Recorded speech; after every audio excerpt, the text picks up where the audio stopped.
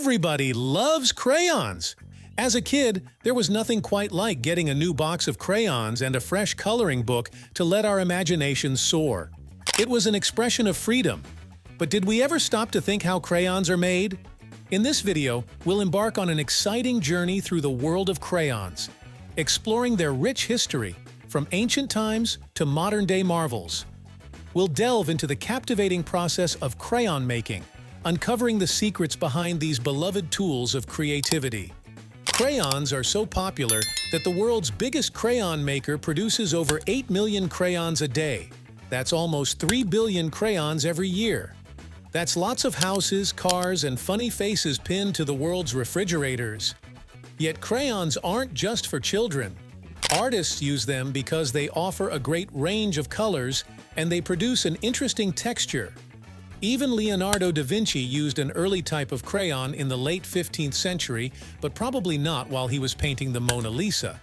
So while we all love to use crayons, how many people have ever asked, "How do you make crayons?"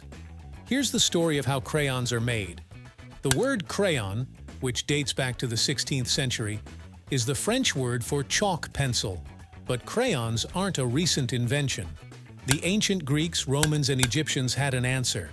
They used a process of melting beeswax together with a colored pigment known as encaustic sculpturization, which helped to bind color to wood, canvas, or stone. Types of colored crayons made with oil and charcoal first appeared in Europe in the 16th century. Powdered pigments replaced charcoal in the early 19th century, but it wasn't until the mid-1870s that paraffin wax was used, which made them more robust and easier to handle. Crayons soon became big business with lots of different companies competing for the incredibly lucrative art supplies and schools market. However, one company emerged as the market leader in 1903. Almost 120 years later, they are still at the top of the orange tree. Everyone who has ever used crayons knows the Crayola brand, and the name itself was coined by Mrs. Alice Binney, the wife of one of the company's founders, who joined the French word for crayon cray with oleaginous, which means oily. But how do you make crayons? You're about to find out. The first step in the process of making crayons is all about the wax. Paraffin wax arrives at the factory in huge solid blocks. It is heated and melted at around 82 degrees and transferred into huge silos, which can hold up to 45,000 kilograms, more than the maximum takeoff weight of the Sikorsky King Stallion, one of the biggest helicopters in the world.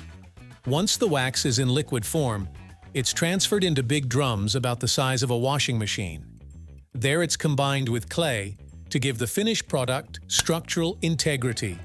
The next stage of the process is where the real magic happens on the journey of how crayons are manufactured. This is where the color is added. Powdered pigment, combining natural and synthetic compounds, is added to the wax and clay mixture, and it is heated until it reaches a rich, smooth paste. It is then ready for the molds. The warm mixture of wax, clay, and colored pigment is poured into mold cavities to be set into their final famous shape. Cold water inside the molds cools and hardens the wax. Once the crayons are at the right temperature, they are transferred into big hoppers ready for the next step. Any excess wax is collected up and put back into the correct color bin so nothing is wasted. We've almost answered the question, how are crayons made? But there's one more important step these wonderful colored sticks need to take. Each crayon is wrapped to show the brand name and the color. And depending on the boxes they are going into, from a 4-pack to the classic 64 box, they are sorted and boxed to be shipped out all over the world. And there you have it. We have covered the whole story of how crayons are actually made. But if you are interested in how other households are made, don't forget to subscribe to Factorify. We will be back with another exciting story of manufacturing process. Till next time.